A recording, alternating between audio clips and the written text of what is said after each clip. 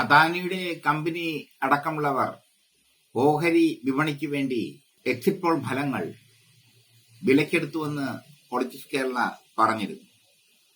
Exit പോളുകളുടെ ബലത്തിൽ വൻപിച്ച ലാഭമാണ് മോദിയുടെ പ്രിയങ്കരനായ അദാനി കൊയ്തിരിക്കുന്നത്. ഓഹരി വിപണിയിൽ ഏറ്റവും മുമ്പിൽ വന്നതും അദാനിയാണ്.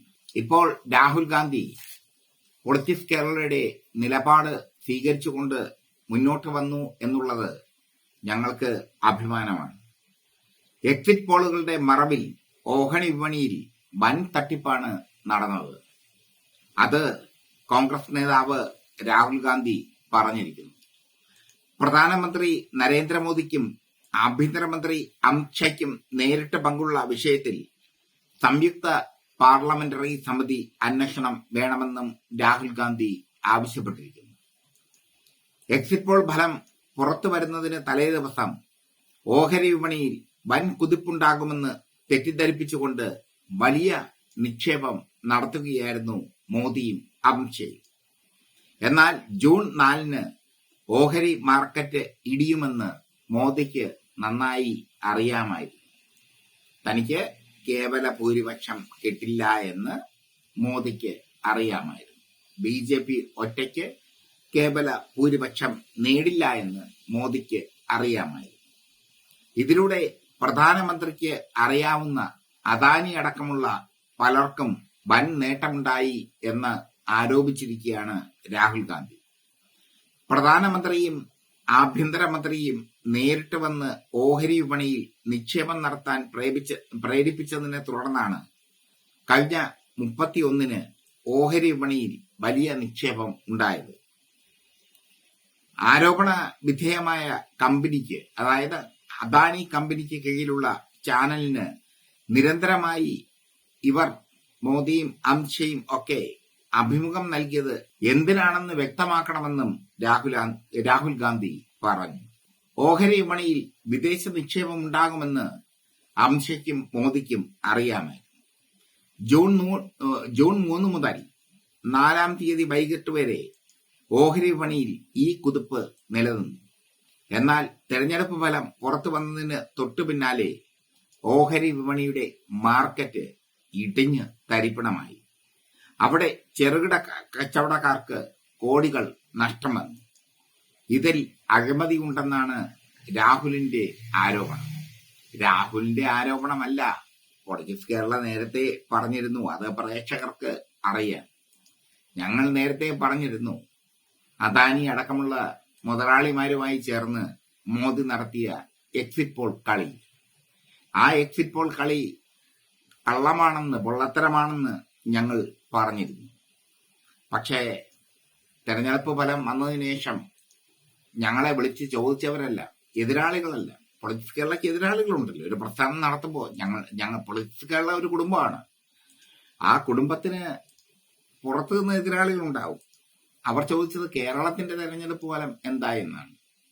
കേരളത്തിന്റെ തെരഞ്ഞെടുപ്പ് ഫലം എന്തായി എന്നുള്ളത് ഞാൻ വിശദീകരിക്കേണ്ട കാര്യം എന്റെ പ്രേക്ഷകർക്കില്ല. കാരണം ഇപ്പോഴും എന്നെ വിളിച്ചുകൊണ്ടിരിക്കുന്ന പ്രേക്ഷകർക്ക് അറിയാം കേരളത്തിൽ തെരഞ്ഞെടുപ്പ് ഫലം എന്തുകൊണ്ട് വിപരീതമായി സംഭവിച്ചു. തൃശൂരിൽ കോൺഗ്രസ് വോട്ടുകൾ ചോർന്നു. ന്യൂനപക്ഷ വോട്ടുകൾ ഒന്നടങ്കം കോൺഗ്രസിൽ വീണു, അത്രമേ ഉള്ളൂ. തൃശൂരിൽ കോൺഗ്രസ് വോട്ടുകൾ ചോർന്നില്ല എങ്കിൽ സുനിൽകുമാർ ഞങ്ങൾ പറഞ്ഞതുപോലെ വിജയിക്കുമായിരുന്നു. ആറ്റിങ്ങലിൽ ജോയി ജയിക്കുമെന്ന് ഞങ്ങൾ പറഞ്ഞിരുന്നു. പക്ഷെ അവിടെ ന്യൂനപക്ഷ വോട്ടുകൾ, പൂവച്ചൽ, കുറ്റിച്ചൽ മേഖലകളിൽ ന്യൂനപക്ഷ വോട്ടുകൾ ഒന്നടങ്കം അടൂർ പ്രകാശിന് കിട്ടി. അതുകൊണ്ട് അദ്ദേഹം നേരിയ ഭൂരിപക്ഷത്തിൽ വിജയിച്ചു. തിരുവനന്തപുരത്ത് ശശി തരൂർ വിജയിക്കുമെന്ന് പറഞ്ഞത് ഞങ്ങളാണ്. ബാക്കി എല്ലാ എക്സിറ്റ് പോൾ ഫലങ്ങളും രാജീവ് ചന്ദ്രശേഖർ വിജയിക്കുമെന്ന് പറഞ്ഞു. എന്തായാലും ഇപ്പോൾ അതല്ല പറഞ്ഞു വരുന്നത്.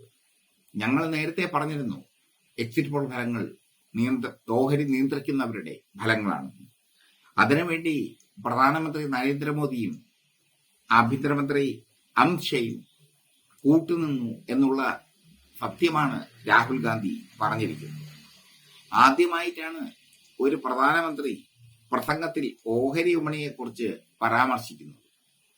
ജൂൺ 4-ന് BJP റെക്കോർഡ് സീറ്റുകൾ നേടുമ്പോൾ ഓഹരി വിപണിയിൽ വൻ കുതിപ്പുണ്ടാകുമെന്ന് മോദി മെയ് 23-ന് പറഞ്ഞിരുന്നു. എന്നാൽ എന്ത് സംഭവിക്കും എന്നതിനെക്കുറിച്ച് മോദിക്ക് കൃത്യമായ ധാരണയുണ്ടായിരുന്നു. എക്സിറ്റ് പോൾ ഫലങ്ങൾ തെറ്റാണെന്ന് മോദിക്ക് അറിയാമായിരുന്നു. ഇതൊക്കെയാണ് രാഹുൽ ഗാന്ധി പറഞ്ഞത്. ആയിരക്കണക്കിന് കോടികളുടെ അഴിമതിയാണ് എക്സിറ്റ് പോൾ ഫലങ്ങളുടെ പിന്നിൽ നടന്നിട്ടുള്ളത്. എക്സിറ്റ് പോൾ ഫലങ്ങൾ യഥാർത്ഥത്തിൽ നടന്നിട്ടുണ്ടോ എന്ന കാര്യത്തിലും അന്വേഷണം വേണം എന്നാണ് രാഹുൽ ഗാന്ധി പറഞ്ഞിരിക്കുന്നത്. ചുരുക്കത്തിൽ രാഹുൽ ഗാന്ധി ഒരു പ്രതിപക്ഷമായി മാറുകയാണ്. പ്രതിപക്ഷ നേതാവായി തനിക്കിരിക്കാൻ താല്പര്യമില്ല. അതിനു പകരം KC വേണുഗോപാലിനെ പ്രതിപക്ഷ നേതാവായി രാഹുൽ ഗാന്ധി തിരഞ്ഞെടുത്തു. KC വേണുഗോപാലാണ് പ്രതിപക്ഷ നേതാവ് എന്നാണ് ഇതുവരെ പൊളിറ്റിക്സ് കേരളയ്ക്ക് കിട്ടിയ വിവരം. അതിന് പിന്നാലെ രാഹുൽ ഗാന്ധി ഒരു കാര്യം കൂടി സൂചിപ്പിച്ചു കഴിഞ്ഞു.